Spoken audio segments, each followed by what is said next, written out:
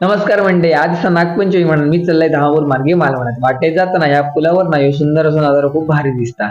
मग मी वाटेसून श्रीदेव कासाडका महापुरुष देवस्थानात पाया पड आणि मी पोचलोय मालवणात. घराकडे पोचल्यावर या वर्षीचा नागोबा कसं दिसता तो बघू बाबांच्या रूमात गेले आणि कागदात झाकून ठेवलेला नागोबा खाली काढले. नागोबा तर खूपच मस्त होतो. देवखोलीत गेल्यावर आती रांगोळी काढी होती. रांगोळीवर पाठ ठेवून रंगीत अळवाच्या पानावर नागोबा ठेवून घेतलो. समोर पान सुपारी नाना ठेवून नागोबाच्या समोर नवनाग काढून घेतलो.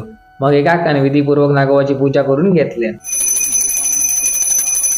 मग मी गेले किचन मध्ये तर घरातले सगळे लेडीज मंडळी जेवणात सोबत आणि पातोळे तयार करी होते. नागोबाकडे गोड लाह्यांचा प्रसाद ठेवून मग बाबांनी नागोबाकडे गारणा घालून घेतले.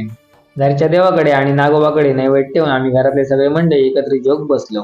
का तर वेळेच्या आधी नागोबाचं विसर्जन करूचा असता म्हणून 5 वाजता नागोबाची उत्तर पूजा करून घेतलो. नागोबाच्या डोक्यावरचं फूल पायाकडे ठेवून जागेवरचं नागोबा हलवून घेतलं.